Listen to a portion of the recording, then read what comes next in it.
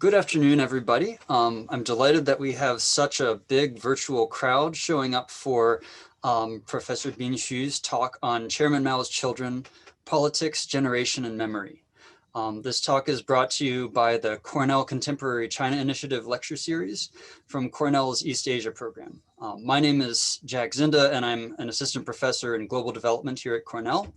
I'd like to thank the sponsors for the series in this talk, which include the College of Agriculture and Life Sciences, the Department of Global Development, the Environment and Sustainability major, and the Center for the Study of Economy and Society at Cornell. Bin Xu is Associate Professor in the Department of Sociology at Emory University. His first book, The Politics of Compassion, the Sichuan Earthquake, and Civic Engagement in China, gives a thick and sensitive account of the outpouring of civil society action after the 2008 Sichuan earthquake and the state's efforts to manage and co-opt the Chinese people's collective response. It won the prize for the best book in the Sociology of Culture section for in the American Sociological Association. Since then, other work that he's written has appeared in Sociological Theory, Theory and Society, Social Problems, the China Quarterly, and many other publications. He's now working in finishing stages on two books, one of them, The Culture of Democracy, a sociological approach to civil society, and the work that he's going to share with us today, which addresses collective memory of the educated youth, many of whom were sent to rural places in China in the 60s and 70s. And without further ado, I cede the floor to Professor Bin Xu. Thank you very much, Jack, and thank you everyone for coming in this particularly challenging time. So today I'm going to talk about the book I just finished and submitted, and hopefully you will see that next year with the Cambridge University Press and with the same title. Of course, I'm talking with the editor about the title now, which might change, but we'll keep the Chairman Mao's Children in the title. Basically, it's a book about memory, but let me start with the history, particularly for those of you who are less familiar with this part of the history. So I actually summarized them into 5 W's: who, what, where, and when, why. Who are those people? Who are zhiqing? The zhiqing were those people who were sent down to the countryside in the 1960s and the 70s. There were 17 million urban secondary school graduates or students who were mobilized or forced by the Chinese state in the 1960s and 70s to go down. And what is this program? And this program was called the Up to the Mountains and Down to the Villages 上山下乡 program, or sometimes in English language, you saw the Send Down program in English language. And where were they going? They were going to villages in rural areas and farms, and also a particularly confusing place that is called Production and Construction Corps, 生产建设兵团. The other day I saw a news report by Reuters, and which actually mentions the Production and Construction Corps as a company, which actually is not true, which is not a company. It's a quasi-military farm system, reclamation system. So it's Bingtuan. And when? There are some debates about when should be the starting point of the send-down program.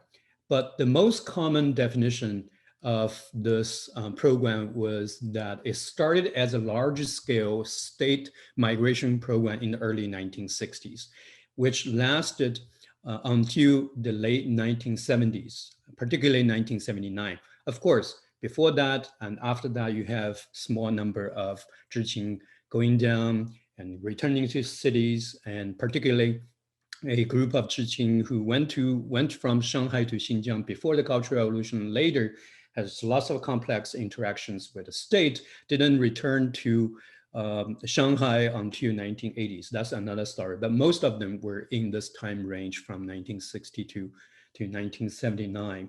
And those people were born in the 1940s or 1950s. A small number of them born in early 1960s, but mostly are the sort of equivalent to Americans' baby boomers. So think about their age. When they're going down, they were 16 to 18 years old, and just teenagers, high school students, middle school graduates. some of them are a little older, 18 or 19 years old. And why? The purpose of this program are multiple.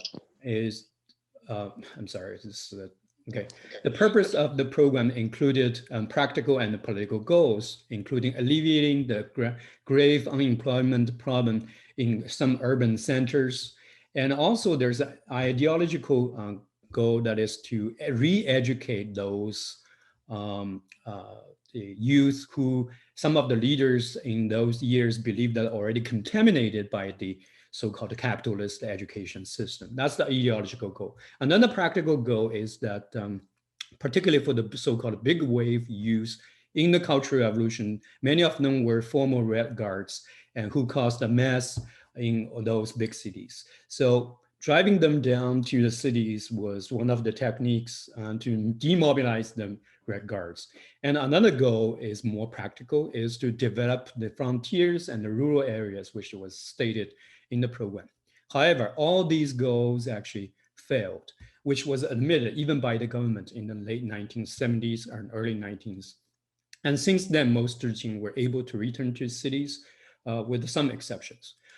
So the topic of zhiqing was quite a hot topic in the late 1970s and the early 1980s among Chinese scholars, and later became a little bit dormant until very recently, most because President Xi Jinping and other central leaders were former zhiqing. So Xi Jinping's zhiqing experience has been made into a book, which I actually put on the slide here. It's called Xi Jinping's 7 Years as a Zhiqing, a 455-page book, a pretty thick book, a required reading material for all Chinese Communist Party members. So in this book, Xi Jinping's experience was made into a narrative of resilience, perseverance, and also success. So the narrative goes like this. Xi Jinping voluntarily went down to Shanxi to escape the horrifying chaos in Beijing because his father was purged before the Cultural Revolution. So he was sort of the target of all the struggles. So for him, it's more like an escape. But in his Sendang village, he performed really well in work and in politics. And despite his father's political problems, the local people recommended him to become a college student at the Tsinghua University, a very rare opportunity for the zhiqing. So in this narrative, Xi Jinping's past difficulties in the countryside are assets that contribute to his tremendously successful career. So as you can see from the quote here, he said that suffering and hardship can strengthen one's willpower, and the tough life of the 7 years going up to the mountains and down to the villages built my character. So this actually contributes to his image of a sort of a successful leader at the same time and a man of the people leadership style. From the same generation, however, we have a different kind of narrative. This is a quote from my interviewee, whose name is Gu Huifang. So Gu Huifang's life story is quite the opposite of Xi Jinping's. So she also from a problematic family class background. And she also performed well in her Sendang place, but wasn't given any opportunities. And mostly due to her problematic Chushen, which is political family class background. When many other zhiqing were allowed to live in the late 1970s, and she was not qualified because she was married to a local man and then moved to Harbin, and so her hukou was changed from zhiqing in a rural area to the Harbin hukou. So she was disqualified for the return.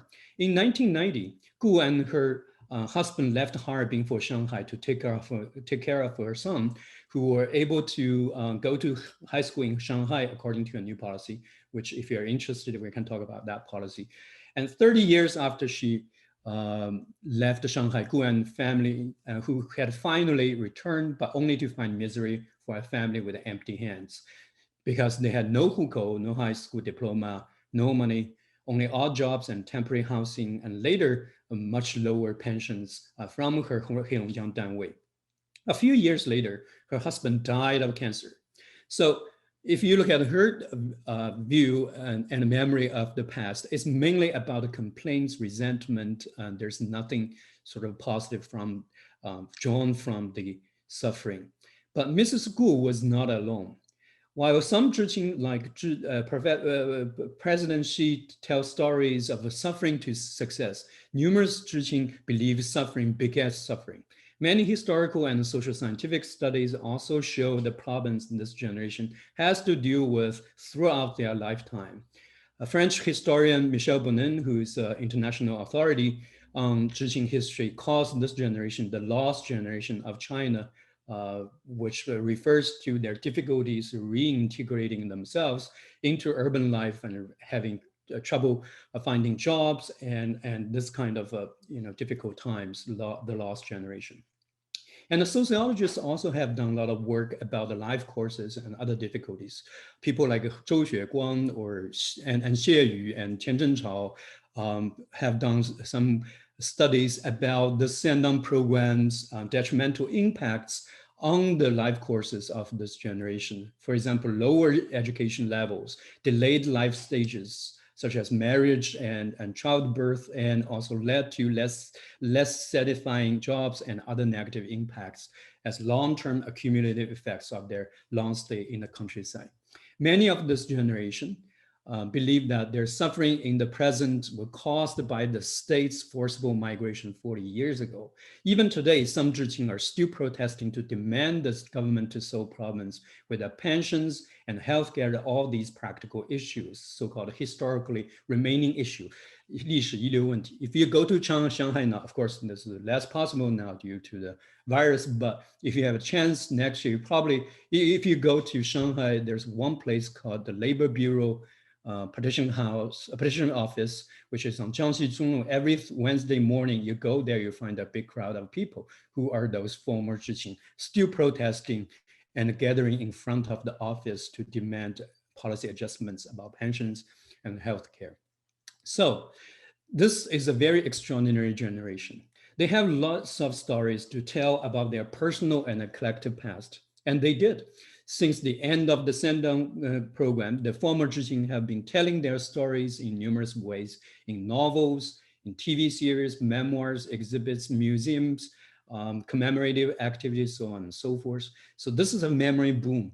And this memory boom has lasted for more than 4 decades and is one of the biggest memory phenomena in China. This memory boom, however, is very difficult. As I just mentioned, one of the difficulties actually comes from the impacts of the program on social life on this generation. Another source of difficulties is the overlapping of the send-on program with the Cultural Revolution. The biggest wave started in 1968, the end of the 1968. And so there are lots of people who were sent down to the countryside with formal Red Guards. Although many others are not, the Red Guards label has been firmly attached to the zhiqing. So in today's China, Red Guard is not a good label. And it's the popular stereotype of the Red Guards portrays a generation of poorly educated fanatics associated with foolish and violent activities such as beating teachers, struggling classmates singing Mao songs and doing loyal dances and so on and so forth. This is not a good label. But on the other hand, Red Guards or not, this generation of zhiqing were Chairman Mao's children. And the first generation who grew up after 1949 carried the hope of the party to be successors of the communism. Mao once said that you're the son, at 8 or 9 o'clock in the morning. Of course, he said that in Moscow to a privileged group of people who were both read and also well-educated, not to the older generation. But this generation used the morning sun as their rhetorical label to put on themselves. But 40-something years later, they have to reconcile this kind of a Mao legacies in their minds and dispositions and with the rapidly changing society and politics in Mao's China. Another difficulty comes from its political problem.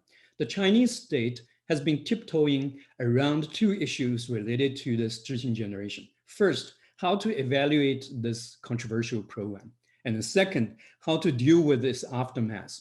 For the state, it's more like a lost cause in American memory of the Civil War. For those of you who are familiar with American history, you know the lost cause is basically the sudden memory of the Civil War. The cause of the war was good. but it was just lost. We are outgunned by the so-called Yankees. So I use this to sort of, making parallel comparison between this program and the Civil War. So it goes like this: the goal and its ideological implications, such as patriotism and the contributions to the country and the spirit of hard work, are still part of the state's ideology. And its goal is good. Yet the program was a failure. Even the state actually admitted that in its publicly accessible statements. But since the 70s and 90s, the state rarely mentioned this program. And the central leaders avoided commenting on the program. And even the book, this book, the 7 years of Xi Jinping's 7 years as a zhiqing, and did not even actually have a very explicit discussion of the program. It's just about himself. So you see that if you see this as a mini drama, it's one person at the center of the stage with a very vague historical program. So this is kind of a difficult path. I borrow this phrase from one of the classical pieces in collective memory study about the Vietnam Veterans Memorial. So the authors, Wagner, Pacifici, and Schwartz says that the event, of course, they refer to the Vietnam War. The event is swallowed, as it were, but never assimilated, which I think is a very good way to talk about the zhiqing program as well. So in this book, I want to achieve three goals. One is empirical goal, to understand how the zhiqing generation comes to terms with a difficult personal and a collective past, and what can explain the variations in their memories. And more generally, I talk to the literature. It's growing literature. I just learned that Li Jie has a new book, which has some overlapping and also interesting common ground with this book, that about the Mao legacies in the post-Mao years. And then the second goal is more theoretical, which is about sociological understanding of memory, particularly generation and memory. Generation and memory is an important topic to understand between personal biography and history, which is actually essential theme in sociology. We cannot choose our generation. We are thrown into this world at a different historical moments. So our first personal fate is inevitably entangled with some events in good or bad ways. Before this talk, I was in a conversation with several graduate students, and probably, for the younger generation who are entering college or in college now, COVID-19 2020 will be a very big historical moment for them. Maybe will become some label to call themselves as a generation. And then studying generation and memory is a good way to achieve what we usually call the sociological imagination, a phrase you will find in most of the Social 101 textbook by C. Wright Mills, which means that the ability to understand the larger historical scene in terms of the meaning for the inner life and external career of a variety of individuals. And the third goal for this book is more normative, is to use my analysis to contemplate some ethical and political issues, including social inequality and historical responsibility. At the heart of the sociological imagination in Mills's theory is to make a distinction between personal troubles of familia and the public issues of a social structure. In other words, for example, if you are unemployed, you probably, it might not be your own problem. It could be the whole society is experiencing a crisis like now. The unemployment rate is really high. But you can have two options in your narrative. You can attribute this to the public issue, or you can blame yourself for the problem. From this perspective, the zhiqing generation's difficulties are not individuals' personal trouble. It involves 17 million people. It's a state-forced or mobilized program. It's a public issue. It's a historical issue. Nevertheless, looking beyond oneself is always hard. I heard a lot of people and lots of narratives in my research that it's not always that the people link their personal troubles to the public issues. So this book addresses these issues by drawing on a solid empirical and theoretical analysis rather than just opinions. So I pursued these three goals, and in a decade-long and multi-stage mixed method project, I started when I was still a graduate student. Thought that when you're up for tenure, you have to show the community that you have something ongoing to just to keep your job. But later it was really ongoing, so I officially started the project in 2013 and did a lot of research in China, got a visiting professorship at Fudan University. So I collected data from 124 in-depth interviews about zhiqing life history and other issues, and 61 ethnographic observations, which could last from several hours to a week, and thousands of press reports and numerous archival materials from the Shanghai Municipal Archives and personal texts and literary works. So now the book is done. It's in the hands of the editors and will be copy edited soon and coming out next year at Cambridge University Press. So the book has 6 substantive chapters. The first 2 chapters are about individual memories in life stories. Here are the pictures that in the neighborhoods that I actually been to interview one of my interviewees, and also me at this, interview. And this chapter 3 is about literary memory. It's not really about the evaluation of the literary values of those works, but to examine literary works as a way to think about or to remember the past. So it's called literary memory. In other words, the authors and readers and critics and also the zhiqing themselves are all engaged in writing their memory in these literary works.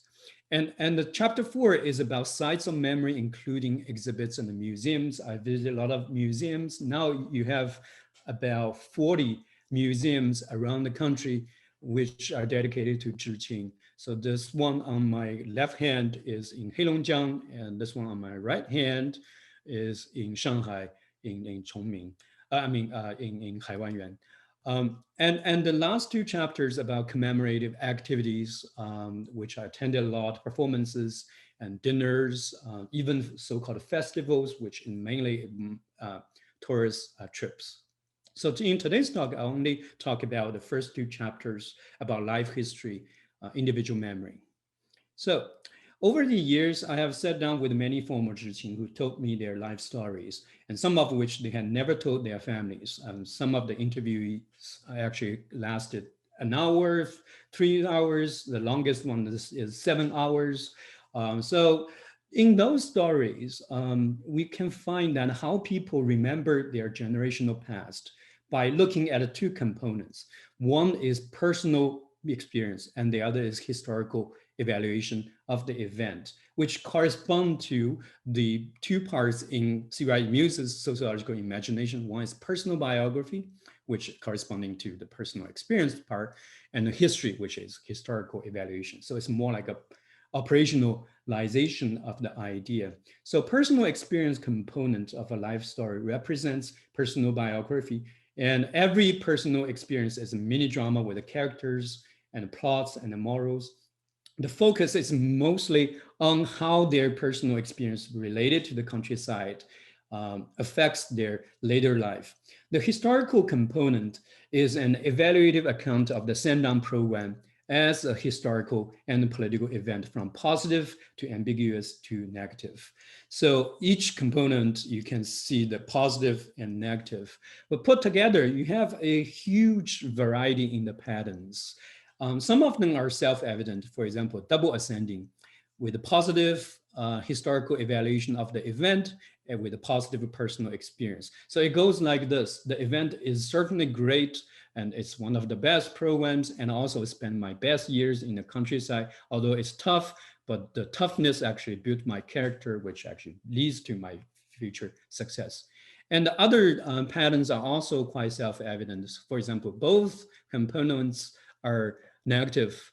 The program is a disaster. I spent miserable years in the countryside. Now I'm ending up in the lower position of the social hierarchy. So I blame the program actually caused my troubles. But some of them are counterintuitive, less self-evident. For example, someone could say like, my the toughness, the difficulties in the countryside built my character, which I tough through all the difficulties, and later this ability of this enduring hardship contribute to my today's success. But at the same time, this person would say like the program itself is total disaster. I didn't choose to go down to the countryside and link the two components together. This person would say like, what doesn't destroy me makes me stronger. The life is not something that I chose, but I just tough through it. So this kind of narrative is still there, and a lot of people with this kind of narrative. And another interesting pattern is here that the single ascending for those people who have a very positive evaluation of personal experience, but don't really care about a historical evaluation. They don't have anything to say about historical program. The story is about me, me, me. It's mainly a single ascending. And the mirror image of this story is the single descending. It's more like a fatalistic story about one's descending from a okay social positions to a less satisfying one.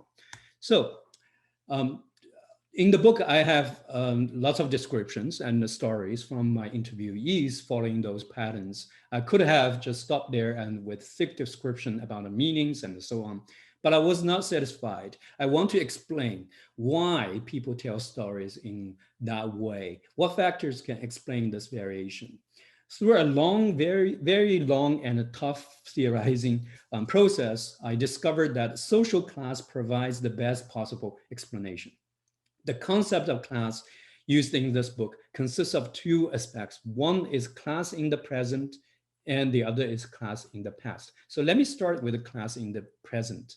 So in the very first interviews, I was surprised by an unexpected finding.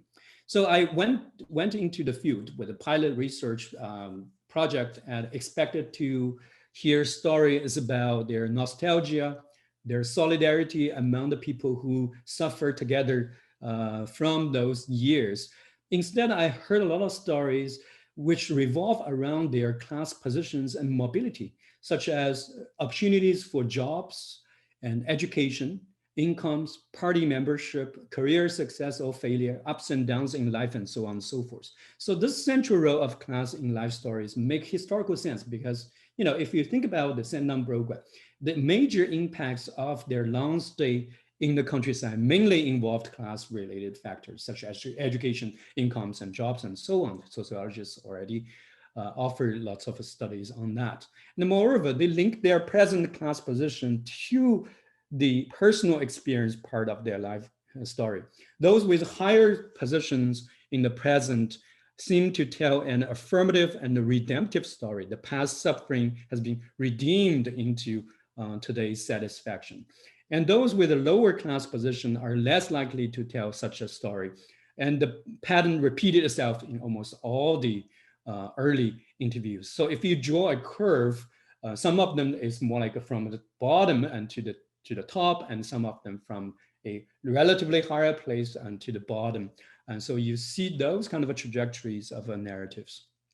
So in explaining these patterns, I found Bourdieu's class theory very useful. For those of you who are sociologists, Bourdieu needs no explanation. But Bourdieu was a person who is very interested in class and also invented quite influential theory of class. So in Bourdieu's theory, class is not just the socioeconomic status, but also a cultural thing.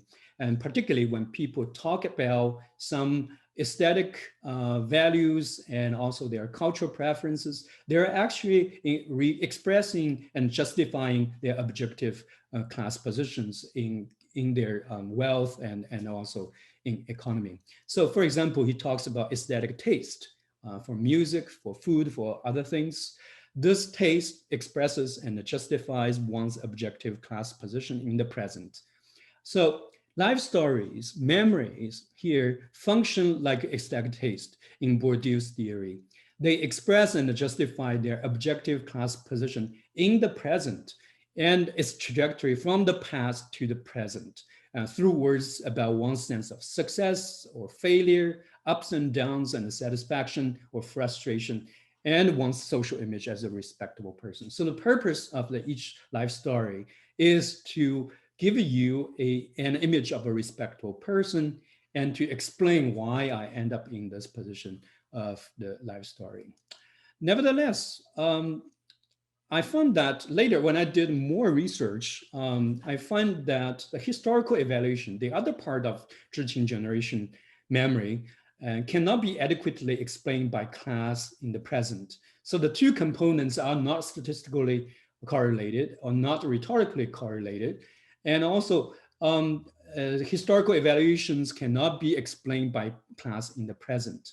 A convenient explanation, of course, would be political view. But political view will be a tautological explanation because historical evaluation of past events is part of political view. And also, I try to find a better explanation by putting the theory and the case back into the historical background. So I looked for the inspirations from early China study scholars in the generation of Western and Chinese scholars who wrote their books in the 1970s and 1980s. So I find much evidence from the China studies back then has shown that this generation's political views are closely correlated to their socialization experience in the 1950s and the 1980s. So the morning sun argument, and essential to this morning sun coming of age experience, as those studies repeatedly show, is class, 阶级. But 阶级 was a political category in both ideology and the practices. It's not an entirely socioeconomic status concept, even not the major concept of for socioeconomic status. Political category is pretty much the main thing of the 阶级in the Mao years. And this 阶级 has affected their worldviews and daily actions. Because if you're unfortunately in some JG, you are deprived of some opportunities. So I hypothesize that political classification of class, 阶级, which is the class in the past, left a strong imprints on their mentality. Has weathered the dramatic social changes since then, remains a pivotal part of their social framework of memory, and shapes their historical evaluation of the send-down program. But the questions remained unanswered. What exactly are the imprints of their mentality? We all know they're Chairman Mao's children, and we all know that as children in a family, they're affected by their parents. But what exactly is that? How to theorize is that? What are the mechanisms that link their experience to the class system they grew up in? So I'm convinced Bourdieu's theory of class can provide the best possible answer to these questions. First, Bourdieu offers a multi-capital approach to class, which consists of economic capital and cultural capital and the social capital. And the political capital is a subcategory under social capital. So this, I believe, can cover both Mao and post-Mao class system, which is just the transition from different configurations of capital.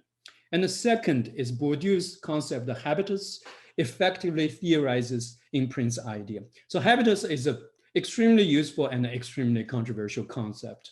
So every big concept and great concept comes with some cost. So the cost is that it's something not observable, but only can observed from its representation in social life. So imprint in my theorization is habitus. It's one's disposition of action and schema of perception, and which are formed in a particular social environment. That particular social environment is the 1950s and the 60s, in that political culture, in the class system, and affects everyone. It particularly affects this generation of people. And the third, habitus is fairly durable, and it continues to interact with the social structure. But at some historical moments and some moments in your life trajectory, it could change. So for this generation, this is where theory meets history, that we need to look at what historical moments their habitus change in responding to what kind of historical events and happenings in China. So this is basically sort of my theoretical hypothesis. And I went back to the class system in the Mao years. And so in the Mao years, basically, there was a rigid political class system. I used Chushen to as a shorthand for this class categorization. In the book, I certainly talk about nuances between Chushen and Chenfen and other categories, but I just use Chushen now here as more like a shorthand. So the youths were pigeonholed into three Chushen: the good Chushen, the red Chushen, and the black Chushen, which is bad Chushen, of course, and ordinary Chushen is the 一般 Chushen in Chinese. And important opportunities, especially those related to social mobility and the privileges such as education, promotion, and party membership and so on, were given mostly to the red Chushen youth. On the other hand, the state also deliberately let the door slightly open to those with a non-red Chushen to achieve upward mobility through super active political performance. So there was a saying in the 1960s is that 出身不留己，道路可选择, which means you cannot choose your 出身, but you can choose your road. How to choose your road? If you were born into a black family background, the road is to super active in political performance and in work, and to show that you're as revolutionary as those people from red families, but you need to do actual work and to be super active in political performance. So it's more like an asymmetrical political structure for you. One is already determined by your parents' class position, and the other is determined by your performance. And they were told that if you perform well, you can actually get some mobilities. You can become model so-called 可教子女, 可以教育好的子女, which means that you can be educated well, which literally it's more like an option, rare opportunities. They have quota and to assign to those black children kids. So in response to this asymmetrical class structure, there were four types of habitus. The first one is the faithful red, those people who were born with good children, and they're also pretty active in political performance and adherence to the main ideology. They were called faithful red. And some of them were born into good children in red family, but they're not interested in politics at all. It's like you have a lot of money and you can claim I'm not interested in money at all, and you actually didn't care about money at all. So it's an indifferent to your high political capital. Those indifferent red are usually from working class families. Sometimes the indifference could be a result of obsession with other things, such as doing housework for your parents and so on. I have lots of life stories about different kinds of people in the book. And for the middle and bad Chushen zhiqing, some of them decided to use their super active political performance to achieve mobility, to grab some of the opportunities. Those people are aspirants, and they aspire to achieve the mobility by performance instead of just by the choosing. And you probably would ask, do those people really believe in the dominant ideology? I would say, well, human nature is complex.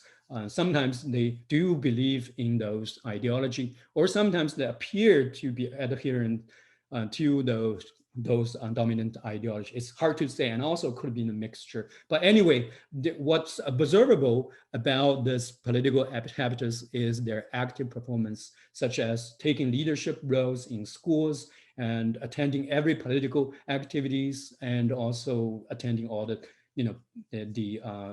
the high demanding political activities for in the countryside and in the schools as well.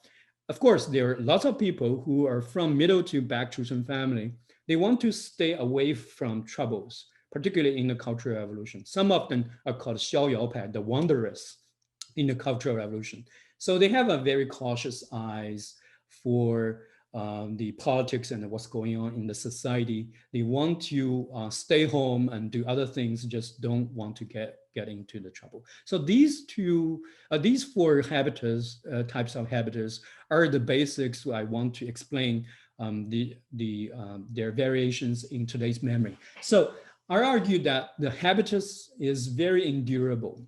And of course, there are some changes later on we talk about. And it's endurable because it's still observable from their stories. For the faithful red people who are still very positive about both, for the faithful red people with higher class positions, they're both positive about the historical evaluation and personal experience. And for the indifferent red people, they have no concepts of the historical evaluation. They don't care. And aspirants without habitus change, they remain positive or positive with ambiguity about the historical event. For example, they would say like, well, the 出发点, which is starting point of the program, the purpose of the program is good. Young intellectuals should be reunited with the working class to 锻炼, to temper yourself in those difficulties. The 出发点, the starting point, the goal is good, but the policy might be a little bit problematic. For example, it's too long. So I asked them, what do you think if there's a program today to ask your kids to go down to the countryside for 1 year or 2 years with a very limited length? What do you think?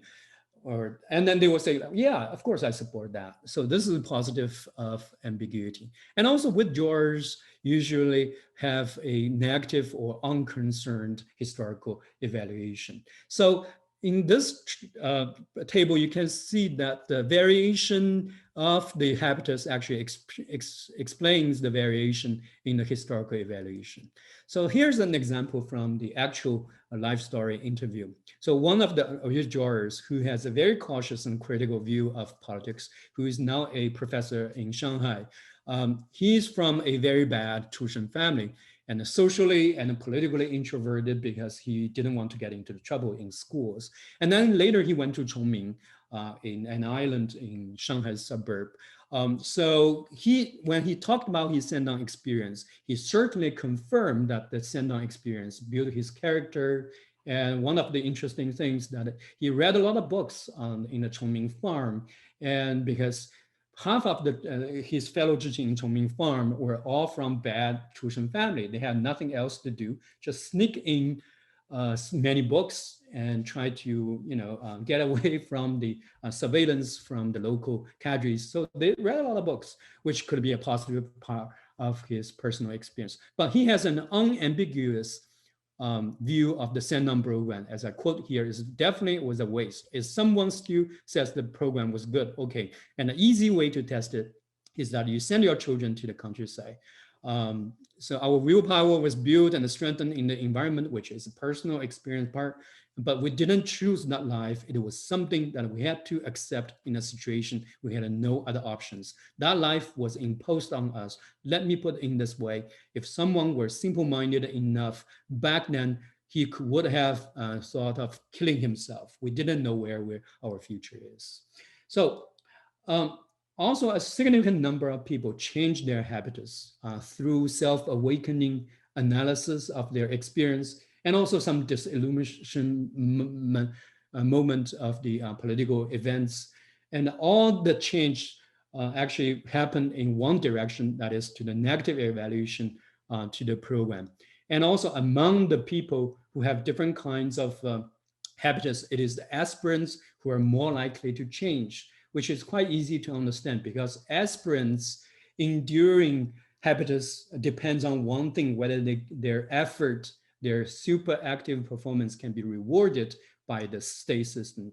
If the rewards never come or very little, and then they likely to change their habitus. And particularly, it's across all the habitus is several historical moments. Habitus is very likely to change, particularly like the Lingbiao incident when the Fu Tongshui, the number 2 figure, which was a semi-god figure, and later became a traitor. And that was the one big disillusionment moment. And also in the end of the Cultural Revolution after Mao's death, and also in the thought liberation movement in the late 1970s and 1980s, the whole generation together with many, many other Chinese people began to reflect on their experience in the Cultural Revolution and reflect on their trauma, and many people achieved this habitus change. So I just briefly talked about other people, for example, people with the lower class positions. Again, in this table, we can see that for the lower class positions today, they have pretty negative evaluation of their personal experience, but at the same time, you have this variation of historical evaluation. It's not always positive, not always negative, you probably tend to think. Um, it varied across all the habitats. So one example is the nostalgia as faithful red solution to the dilemma. So some people who are faithful red, they have to reconcile two contradicting aspects of their life experience. One is that they're still believing some of the ideological goals of the program. They grew up in that way, in a red family, and listened to Mao's call and truly believing those ideologies. At the same time, they are not in a very good position today. They suffer from the impacts of the program, and they knew that, but how to reconcile the two?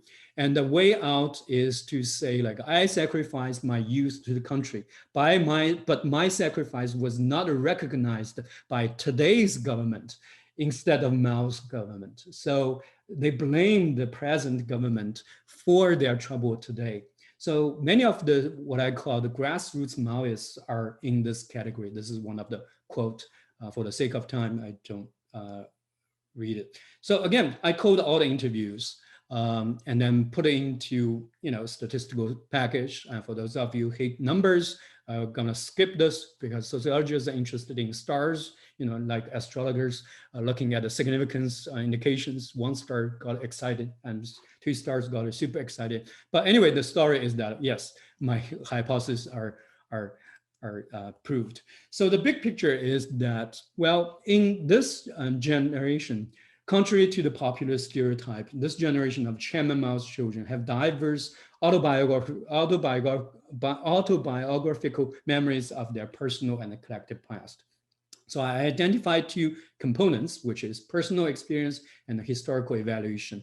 And the personal experience was shaped by their class in the present, and the historical evaluation was shaped by political habitus in the past, which also formed in the class system in the Mao years. But the habitus could change as a response to the dramatic social transformation in Mao from Mao period and to the reform period. And so this generation is absolutely Chairman Mao's children, like children in a family. They share some traits inherited from their coming of age experience in the family. They look like their parents, but they differ from their parents and from each other in how they remember their personal and shared past. So the imprints, we usually talk about the 印记, 烙印, were actually class imprints, 阶级烙印. They carry with their political habitus. That's the theorization of the imprints. So in some, they're torn between 2 class systems, and one in the past and one in the present. But also another goal of this book is to think about the normative things. Some of the questions immediately emerged after I listened to their stories. For example, how do you look at those people suffering in your same generation, even you are well to do and you are very successful people? How do you explain their suffering? And certainly you hear stories like suffering leads to success and past as asset and hardship builds character and so on and so forth. But this is basically winners' narratives. Which is a reduction of the public issues to personal troubles or personal traits. And one of my interviewees even bluntly says that, I quote here, some zhiqing, they believe if we zhiqing were fruits, they want to put all of us in the same basket. But how come some fruits in this basket are so big while you're so small? So this is not really about zhiqing program, really not. So in other words, don't blame the program, blame yourself. This kind of narrative is pretty popular among this generation. And then another question is, what happened after individual memories are represented in the public memories, when they travel from individual stories to exhibits, to literature, to museums, and to commemorative activities and so on? We know that individuals' memories are so diverse, but when it reaches public memory, it becomes one single dominant pattern. That is what I call people but not event. People but not event means that we only talk about people without talking about the event, without any negative or positive view of the event. So this is one of the key organizers of the one early exhibit in Beijing in 1990. Shi Xiaoyan, for those of you who know Chinese politics well, he was under Bao Tong, who was secretary of Zhao Ziyang back then. And when he said this, he was already a true level official at the central bureau, in one of the central bureaus. So he said that the purpose of the exhibit he organized was to allow our comrades in arms to remember their past and make connections with each other. We intend not to evaluate the people or things in Beidahuang, which is Great Barrier North in the northeastern part of China, but to show these things to the visitors. So it's a very interesting pattern that actually comes from a deliberate design of the public memory instead of just naturally sort of traveling from individual memories. So it's a selective use of individual memory. At the same time, you would say like, well, there's certainly some personal memory part. For example, the organizers themselves, what do they want to do? What do they want to say about themselves?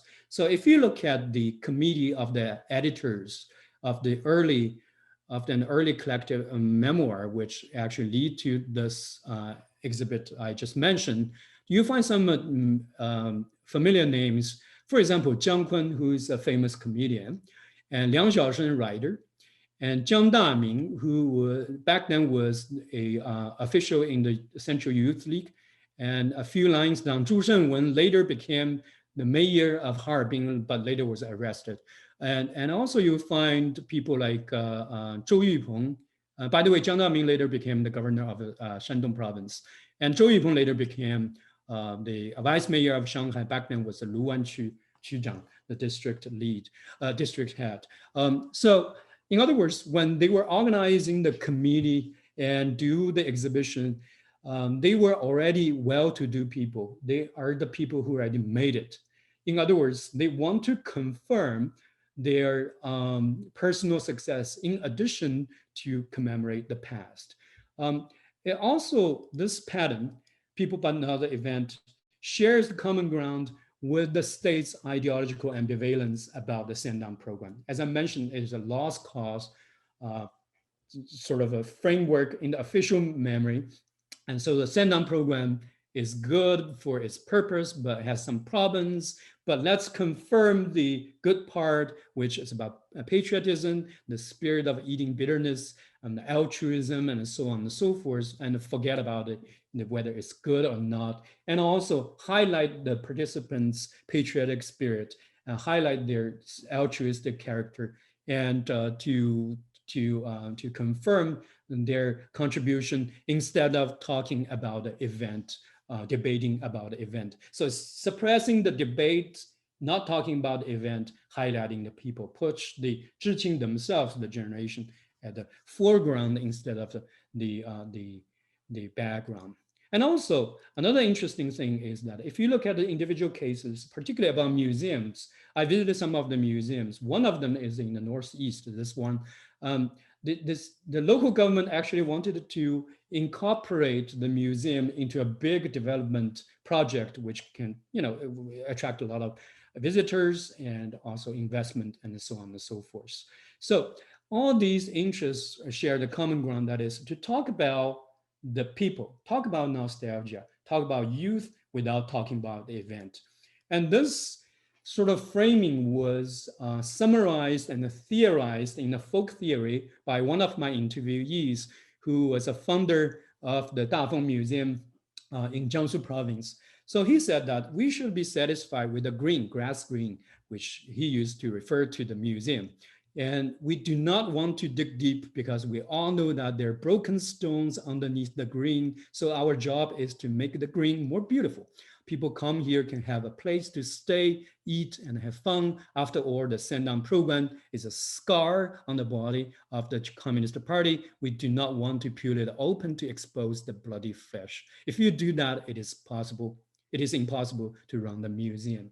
So they build hotels and restaurants and all the facilities around this museum. It becomes one of the signature programs in the Dafeng County, which I actually recommend everyone if you visit. It's a very interesting and pleasant place to be. But central to this pattern of people but not event. Not everyone in this generation. The winners are in this program. The people are not everyone, but just the winners. Most of the zhiqing people on the exhibit panels are those with great achievements, such as famous actors, doctors, high-ranking officials, writers, and so on. Among them, first, the most important, the most famous person is actually President Xi Jinping. So in one of the biggest Zhiqing museums, the exhibit started with a short video clip about Xi Jinping's revisit to his Sandown place, Liangjiahe, projected in a giant panorama screen. And his words about his Sandown experience was printed in a 7-meter long panel. It's all red, and above which there was a life-size picture of President Xi.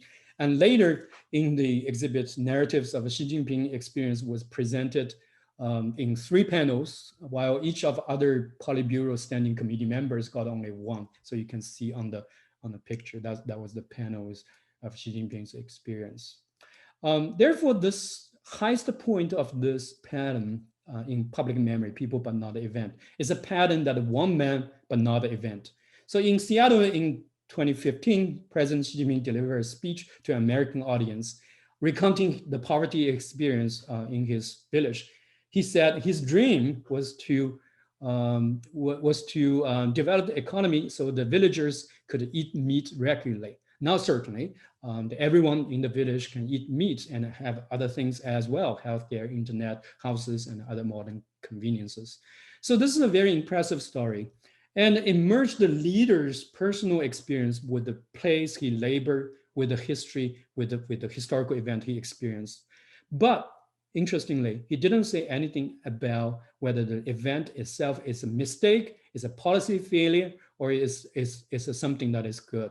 So I present here is one of his inscriptions, which he wrote in 1999 when he was still, I think, as a general secretary in Fujian province. So it said, 广阔天地终身难忘, which was adapted from Mao's highest imperative, 广阔天地大有作为. The original sentence was, there was a vast universe in the countryside. The educated youth can make a huge difference. Now Xi Jinping said that there's a vast universe in the countryside, which is memorable. And you probably would raise a question, for what? Memorable for what? And it's the same question that many people ask in the wake of the Vietnam War and when the Vietnam Veterans Memorial was built, and remember for what? There's no word about it. Who are those people who are not in this people but not event? None of the panels in those exhibits or any public memories mention those people who are still protesting in front of the government or still suffering from the impacts of the people.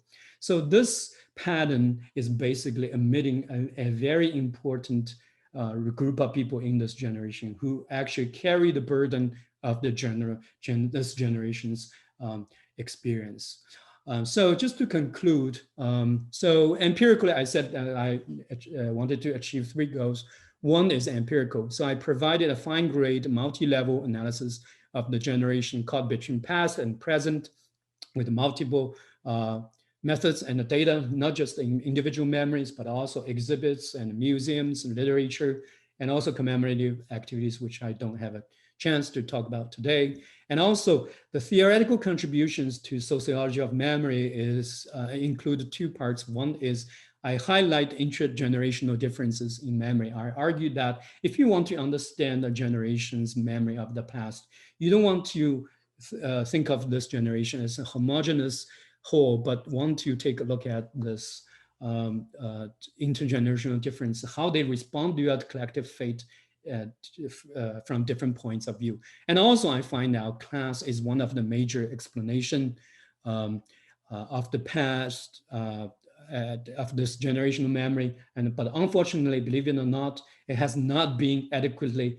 dealt with in sociology of memory, which was a surprise to me as well. And the normative goals, I believe that I address some of political ethical problems related to the seemingly apolitical narratives. For example, people but not event, not talking about people, or in the individual memories, only talking about myself. What's political about that? So I address all these problems. Thank you very much. All right. And thank you very much, Dr. Xu. That was an incredible talk, and I really look forward to reading the whole thing in the book. So now we're going to shift gears into the question and answer segment. If you look down at the bottom of your Zoom window, you'll see a Q&A icon. You can feel free to enter your thoughts and questions into that icon, and then Min, do you want to just take questions on your own? We can either read them Yeah, out I'll or just ask people to unmute and ask them if you want. maybe ask people to unmute themselves so we have this interaction process instead of just me facing a bunch of black faces. That sounds great.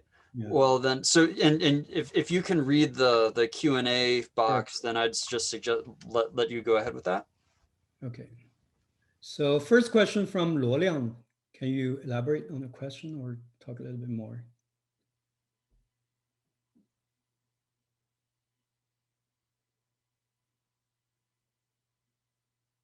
Okay, so the question is mainly about my method. How do you choose your interviewees? Do you use the same set of questions? How do you account for regional, gender, ethnic, age, and other things? Yes. Yes, I use semi-structured interviews. In other words, I do have a set of questions, but when I was conducting interviews, I do not sort of following the reading from the list of questions, but to memorize all these questions. As for the so it's more like a sort of guided conversation between interviewer and interviewee. And some of the interviews are really long, as I mentioned, 6 hours. Normally, it's 3 to 4 hours. Some people said I never told those stories to other people as well, and so on and so forth. Of course, I account for regional difference and gender, ethnic, and so on and so forth. Let me just share my screen again, just a little bit to the regression table here. So some of them are control variables. As you can see here, the habitus and class positions are the main explanatory variables. And also I can show Sanam place type, Chadui or farm, or years outside the hometown, and sex, and so on and so forth. One of the interesting findings, which is byproduct of this, is gender. And so gender pops up as a strong explanation, sort of strong, but it's less stronger. It's certainly not as strong as a class and habitus. For example, when women were talking about their life, they usually started with the complaints about their husbands. If I didn't go down to the countryside, I probably won't end up with this guy. And also some of them cried and so on and so forth. And also there statistically, the women have more complaints about their personal experience, which could be accounted by their relatively lower socioeconomic statuses today. But some of the mechanisms are still unclear to me. So I just leave it there and present it in the book and without much explanation about that. I hope a later research can explain more.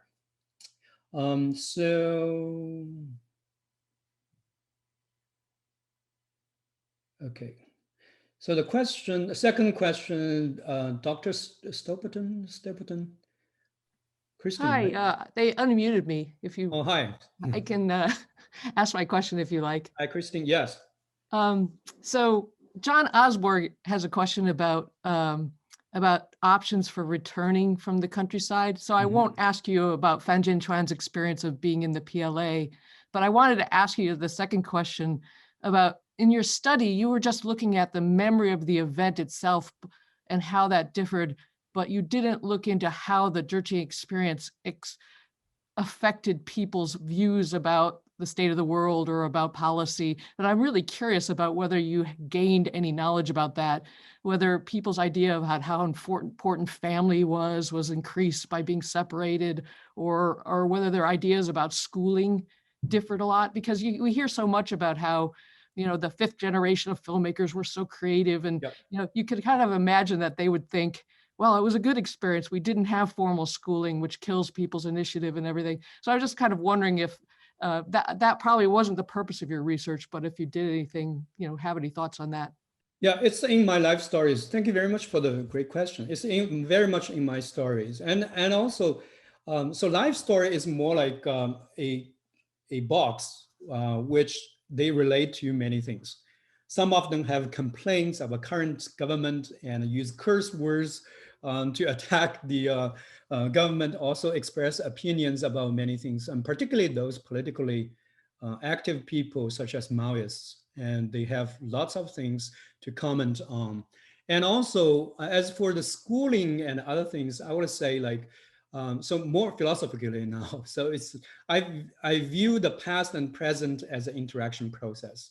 In other words, the past experience could be a realist determining factor of the memory. For example, if you were faithful red person, you believe that the journey ahead to the countryside is a pilgrimage instead of a journey you have to take on.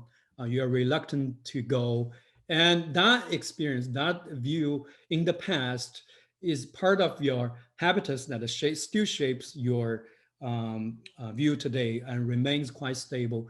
And this is from the schooling, from your family, and so on and so forth. So I would say, yeah, it's life stories are just the box, and which you can find a lot of things that you actually mentioned. It's in the book, a short answer.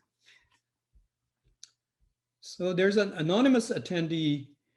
So do you want me to talk about Fan Jianchuan as well? Well, John Osborne has a question later on about pathways back to the cities. Maybe you could combine it. Pathway back to the cities. John, are you there? Yeah, I'm here. Yeah, okay. Can you elaborate? I don't want you to skip that. Do you want to answer the anonymous? No, you can actually jump in. Yeah.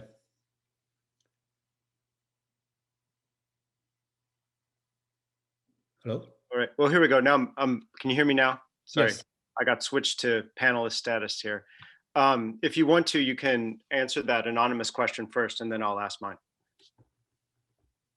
You can go ahead now. All right. Yeah. So my question is about pathways of returning to the city. I mean, my understanding, I don't know that a lot of parents were actively involved in getting their children to come back, and sometimes may have used, perhaps, backdoor guanxi type methods to get them to return. I mean, I've heard stories of doctors forging, medical excuses and that sort of thing. And so I guess I'm interested in to what extent class might have played a role in that, that people from particular class positions would have been better suited perhaps to mobilize connections to bring their children back. And so you could see a kind of reinforcing mechanism that where people who had good class backgrounds were able to come back earlier, and therefore their lives, were affected less.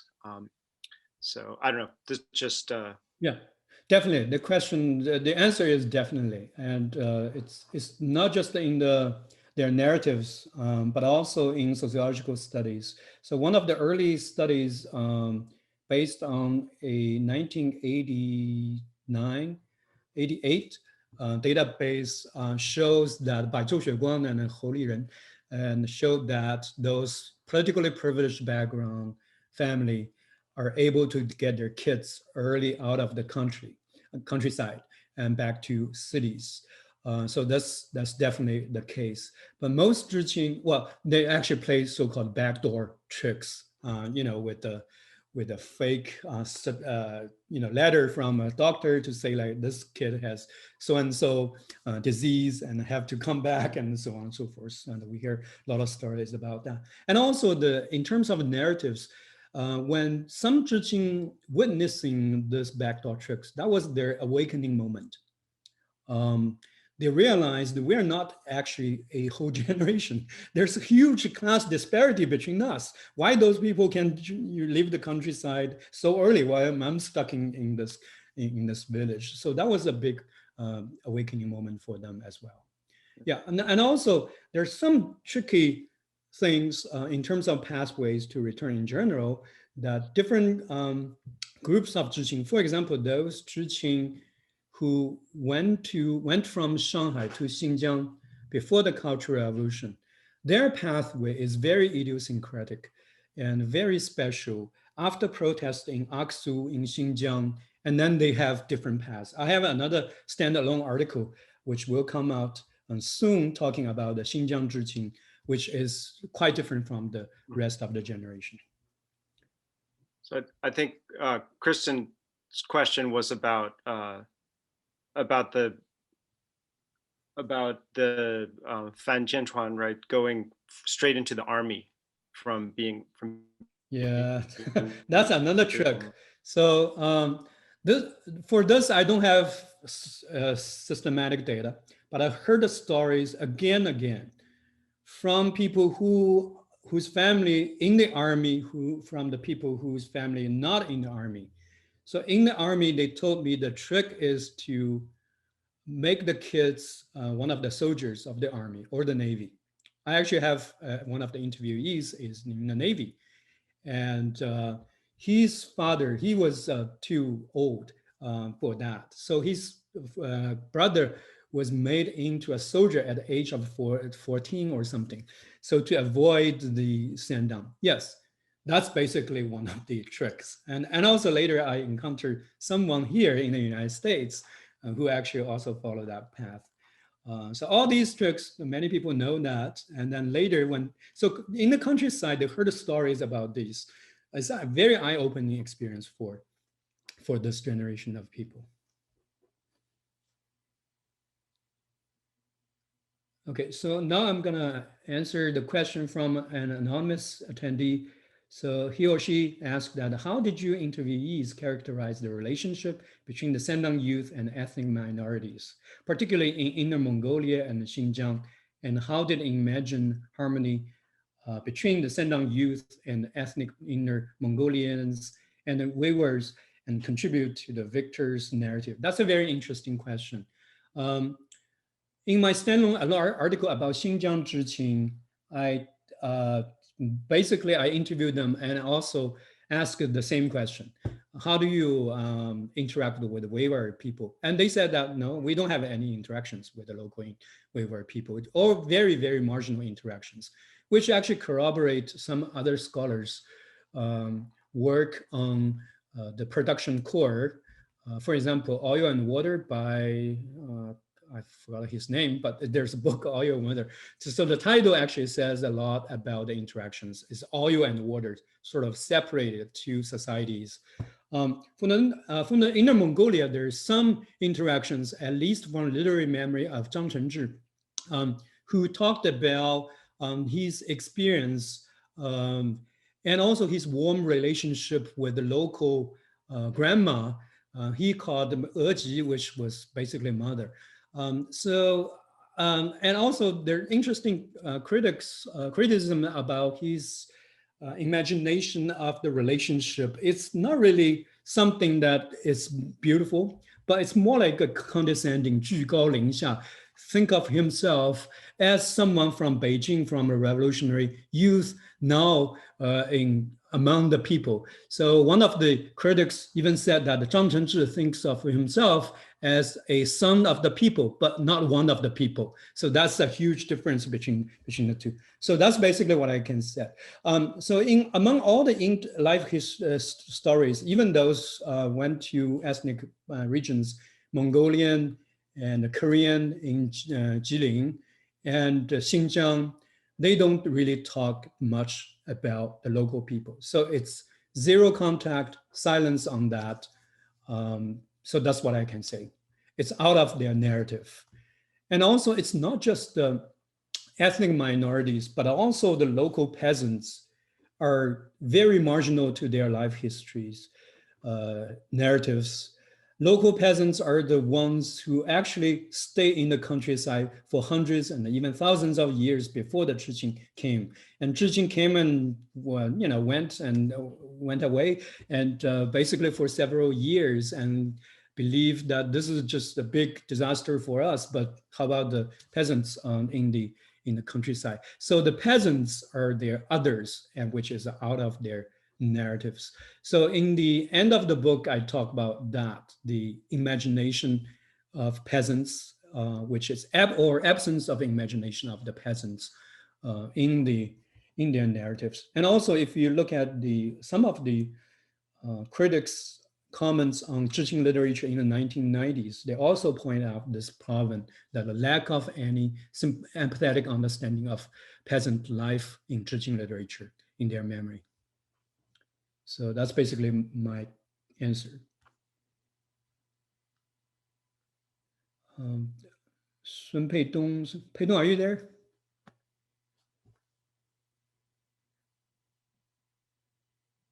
Okay, let me just read the question. So the question is, would you like to elaborate a little bit more about the I think it's a gender memory of gendered memory of the success and the failure of the program in your book? Yeah, as I said, that the gender memory is mostly about the personal experience part of the generational memory. It's mainly very closely related to personal memory, but rarely related to the historical evaluation.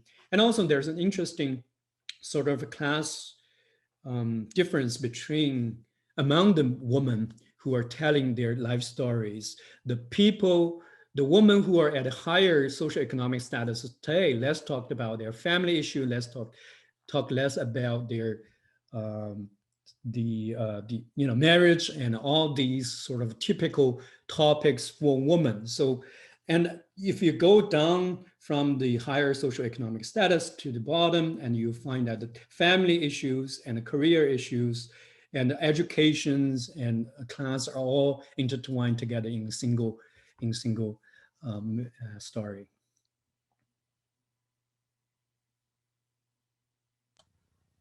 It seems like some people have questions and haven't been able to use the Q&A box.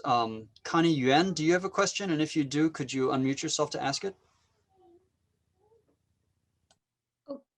Okay. I got a note actually asked me to type the question, so I was just typing. I'm almost done, but I guess I can ask this way. Well, first of all, I thank you for a really interesting talk. So my question is, like, I know it may be impossible, but I was just wondering whether you had a chance to verify whether the memories were reliable accounts of what really happened. And particularly, because I think one thing, the tragedy happened so many years ago. And the other thing I was wondering, because some of the Red Guards, they might have done something that, during the Cultural Revolution that they now regret. So to what extent their versions of the memory are modified versions of what really happened. And so I think this is an experience people have to reconcile with themselves, like when they were young, they did something under the illusion that this is cathartic for themselves and also good for the country, but turned out to be not the case, particularly when we look at this experience right now. So I was just wondering to what extent their stories and, kind of modified versions of what really happened. Maybe this is impossible for you to verify, but I was just curious.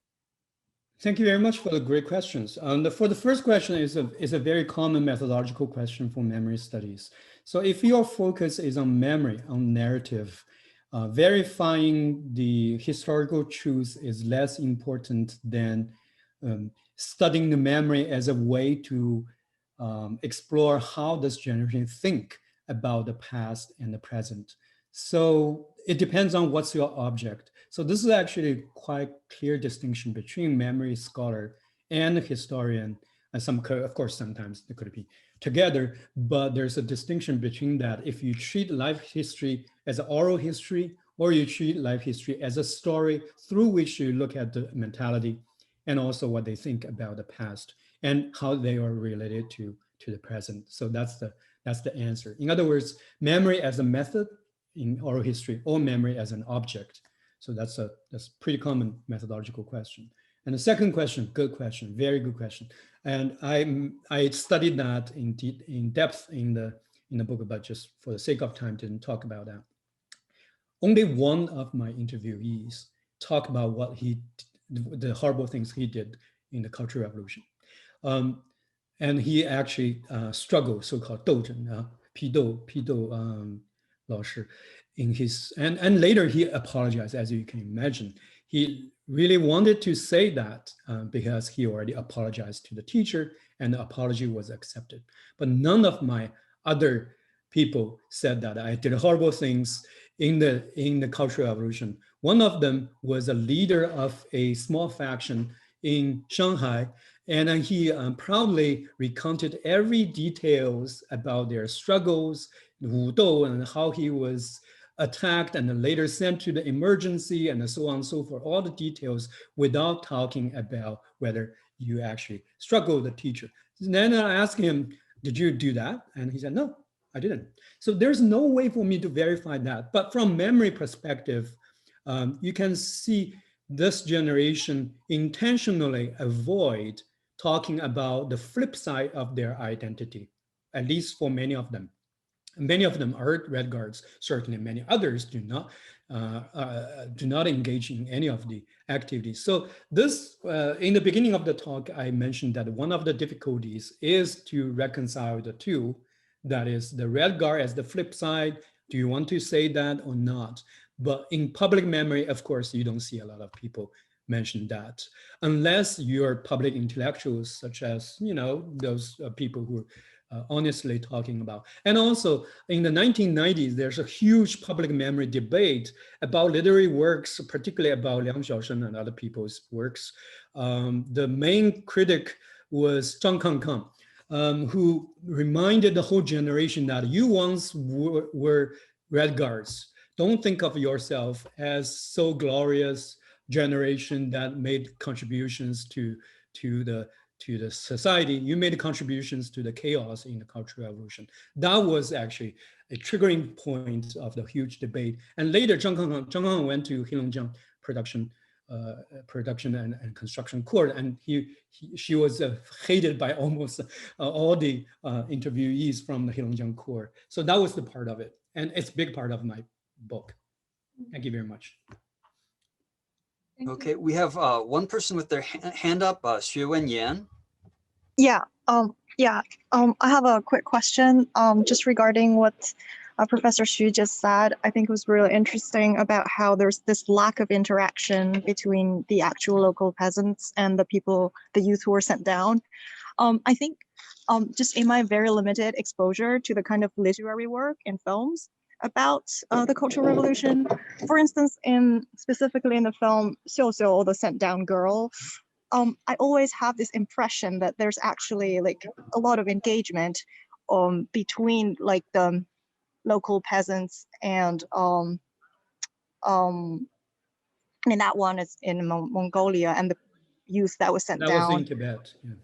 Sorry, and I think it's not necessarily like which one is like the real one, but I'm really curious about why, like, at least in the limited exposure I have this impression, like in the literary portrayal, we're seeing this kind of things, or even how there's this hierarchy between the peasants and the youth and the different types of people, like playing different roles among the local people and their relationship with like the youth. How is it that this can be like a theme that is so emphasized when in your work and research, this is actually pretty marginalized, a kind of phenomenon? Yeah, thank you. That's my question. Yeah. Well, Xiu Tianyu was a pretty special case, I would say.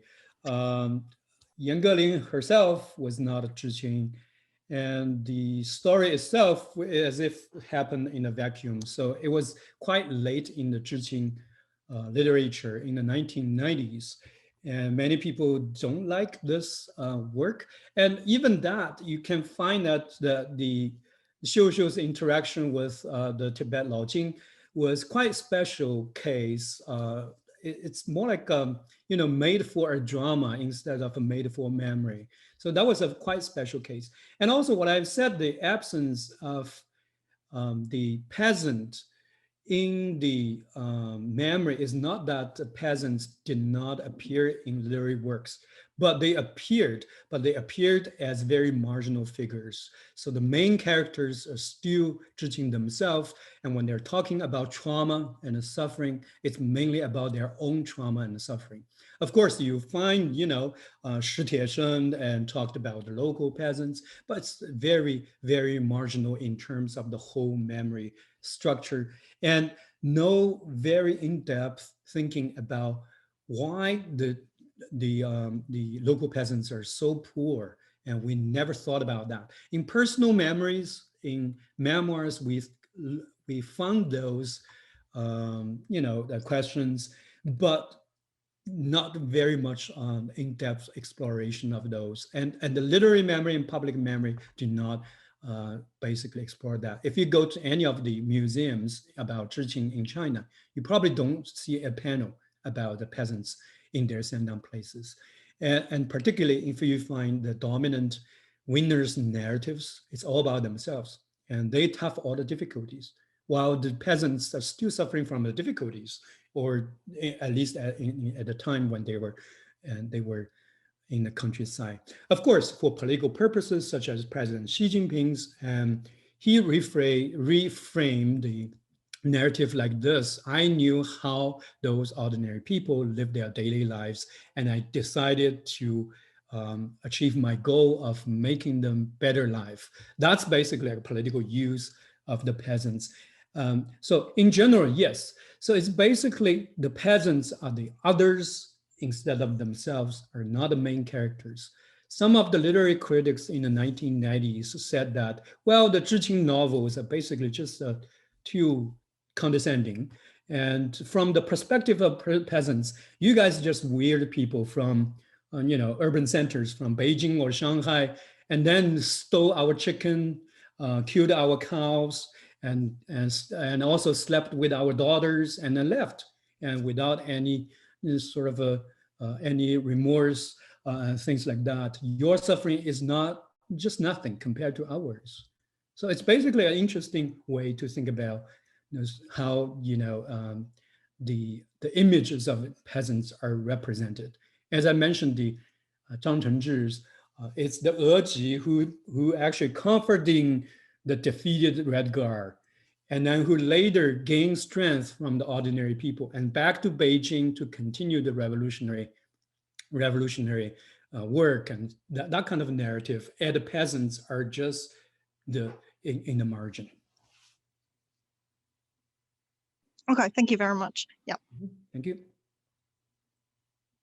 Okay, I think we're out of time. Thanks, Professor Xu, and also for everyone who's attended for such a wonderful set of questions.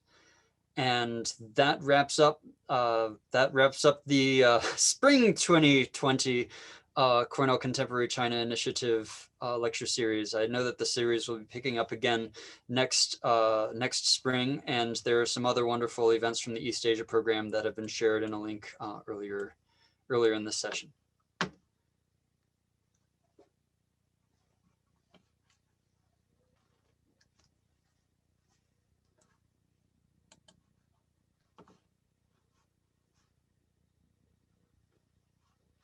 All right. And then Xubin, there's so John Osberg had another question, and he actually somehow managed to become a panelist. So I thought I'd give him a chance to ask that question while as people filter out. Is that all right? Oh yeah, I mean, it's I don't know how my class status was suddenly transformed, and I became a panelist. But so my question actually kind of follows just from the last one. I mean, it's about their current ties to the places where they were sent down. And I'm wondering if you find, I mean, my original question was about their kind of consciousness about the countryside, and the underdevelopment of the countryside. And I'm wondering if you find any of the more successful zhiqing now, seeing the countryside as like an object for philanthropy or charity or volunteering. Quite a few of them. Some of them are doing, well, they actually contribute to the local economy by donating and other things, but it's the well-to-do and zhiqing. That part of his story was relatively well known in China now, sort of revisiting, the countryside. That's part of it. And also particularly some people who later were established by the state ideology as new models, 模范 former 知青, such as Xu Jiju and Yang Xiaohu, who went back to their Shandong place and helped the locals to develop their economy. I think Emily Honig and Zhao Xiaojian's book mentioned Yang Xiaohu in that. And I also went to Yang Xiaohu's place. But compared to 17 million people, Right. it's just very, very few. And also from my ethnographic observation, we are both ethnographers, in the activities, peasants rarely appear as a topic, rarely appear as someone you would think about in those commemorative activities. So of course, if you highlight Yang Xiaohu, you will tell me that, well, look, they care about the peasants, but look at the 17 million, 99.99% of the people who actually don't think about that.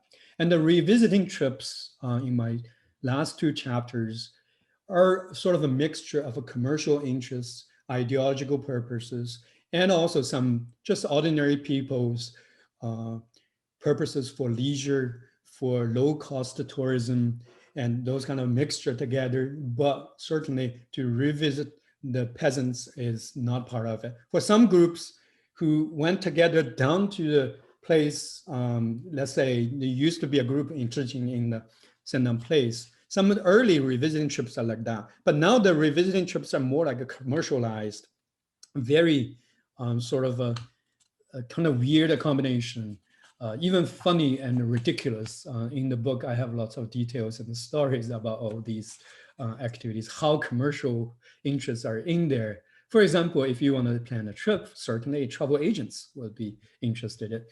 And the real estate developers try to convince those elderlies to buy a small condo near Shanghai in a beautiful place, Shandong place, as a second home or retirement home.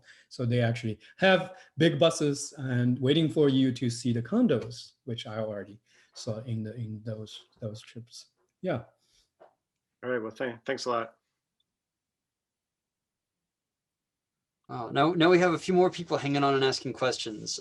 If you want to keep going, we can. Otherwise, if you need to wrap up, I'll let you do that. Sure, it's a good opportunity if people are not bored. So I think Christine has a question, right? Yeah, I just typed it in because I've been teaching Chinese history for such a long time, and I remember I always used to use Feng Qi book, and he, he collected all. So he says he collected all these memoirs of the experience, and I'm just wondering if that oral history collection is actually available for study. About zhiqing? Yeah. Yeah, of course. Lots of oral history stuff. From personal memoirs, unpublished and published. But wait a minute, I mean specifically that collection. Oh, that collection, okay. Yeah, did you visit his research center or? I read the book when I was very young, and I reread the book and didn't find many materials useful for my research because some of the stories are just repeated. And also it's not really about zhiqing. Some of the people who are, already adults at the time after. So yeah. Right. I was just wondering if there was an oral history center that was collecting these stories more systematically. There is a project by Cui Yongyuan Foundation. Cui Yongyuan was the quite famous anchor of CCTV and later just left the CCTV and now kind of commenting on politics every day on Twitter. So he has a foundation. He has been doing, not he, probably someone he hired has been doing oral history, but I don't think the people who are doing so-called oral history has been trained in history. And that's what I can say. So in other words, I don't know how good. The quality of the oral history project is, I don't think there's a systematic oral history project. But if you want to collect those things, you have tons of resources, tons of stuff from private persons. Their memoirs. I have many Word documents I never use in my book because it's impossible to put all of them in the book. And also many other things in the interviews, which are not in the book as well. Now, my friend Pang Hong wrote a book, Yeah. Emperor to the Revolutionary Flame, and Yeah. collected a lot too. Thank you. Nice to talk That's to a very good book. Yeah. Bye-bye. Bye-bye. And there's one more person, RL, who asked how you found your interviewees, through word of mouth or advertisements or something else. Good question. That's a methodological question as well. So there are several stages. First stage is the pilot research. So I just, through the people I know and happen to be, teaching, and I began interested in this topic, and then just word of mouth or snowballing. So that's the pilot research stage. When the project officially started in 2013, I adopt a methodology that is called the sequential interviewing. So the idea of the sequential interviewing is you have some preliminary idea. For example, my idea is a class, the class in the present. You find someone with a certain class positions in the present, and then you find another one who has a different class position in the present. And then you find another one who has the same class position in the present. And through the comparison, you test your ideas. And so it's called theoretical replication and literal replication. So you replicate along different dimensions. You got your interviewees, and then gradually it grew very big. So at the third stage, when my hypotheses are already pretty clear to myself, so I decided to test the hypothesis. So I publicize on WeChat public account, and then to attract more people, again, according to several social features such as socioeconomic status today and habitus and so on and so forth to test it. So that's basically like a 3-stage interview recruitment. I'm sure this is also, can you hear me? Oh yeah, okay. Yeah. I'm sure this is also always kind of a hard question, but like, how do you like decide when like enough is enough? Like, are you worried that like you miss, certain opinions or certain people or certain groups of people that might have different opinions? Great question. So yeah, that's that actually I stated in the book methodology. I call it the saturation movement. You find this idea or same statement, similar statement appeared again. And also it correlates to the social features again. It repeats itself so often that you could not find new things. Of course, you would say, like, you will miss a lot of things. Of course, this world has an infinity of all the possibilities and the factors, and we are not able to examine all of them. But the major factors you're examining are not randomly selected from the infinite factors, but from your theoretical hypothesis. So, and also you test the hypothesis in your replication. Let's say I'm interested in class, but I want to see whether the send-on place has any influence on that, or the gender has any influence on it. And also like habitus change has an influence on it. But later, and also when you collect all the data, you feel like the patterns are already repeated so much that you don't want to. My assistant who worked for me to transcribing interviews told me that, well, I feel like lots of repetition in the interviews. That's basically the saturation moment. And so the saturation moment comes, and then you test the correlation by doing logistical regression, and which could be another way to think about whether it's saturated or not. Thank you. Thank you. that leads me to a question about why you didn't use qualitative comparative analysis, but that's for another time. Oh my God, that's a huge question. Yeah. Actually, Charles Reagan it would be really interesting to see, right? Because that works in, I know, right? yeah. Everything is interactive, but that's a lot lot of That's Charles Reagan stuff. And it's like it takes years to pull together regression, and then QCA comes in too. Yeah, that's true. That's true. Okay, well, thanks again so much.